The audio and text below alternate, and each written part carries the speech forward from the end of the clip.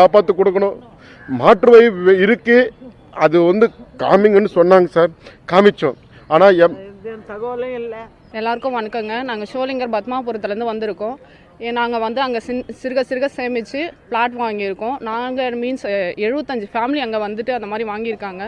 எல்லாருமே வீடு கட்டுற இதில் தான் இருக்கோம். எல்லாமே கடன் வாங்கி கொஞ்சம் கொஞ்சமாக சேர்த்து வச்சு ஒரு மிடில் கிளாஸ் ஃபேமிலியிலேருந்து எப்படி ஃப்ளாட் வாங்குறது அப்படின்றது இந்த காலத்தில் சாதாரணமான விஷயம் கிடையாது. அதையும் தாண்டி நாங்கள் ஃப்ளாட் வாங்கி வீடு கட்டணுன்ற கனவோடு அதை வாங்கியிருக்கோம். ஆனால் இப்போ திடீர்னு பார்த்தீங்கன்னா நெடுஞ்சாலைத்துறையிலேருந்து அது பைபாஸ் வருது, அதனால் அந்த இடத்தெல்லாம் ஃபுல்லாக ஆக்கிரமிக்க போகிறோம் அப்படின்னு சொல்லிட்டு கல் நட வந்திருக்காங்க. எங்களுக்கு இது வரைக்கும் எந்த தகவலுமே அவங்க ப்ராப்பராக கொடுக்க கிடையாது. அவங்க ஸ்ட்ரெயிட்டாக வந்துட்டு எங்களுக்கு திடீர்னு கல் நட்டு நாங்கள் இங்கே ஆக்கிரமிச்சிருக்கோம் அப்படின்னு நெடுஞ்சாலைத்துறையிலேருந்து சொல்கிறாங்க.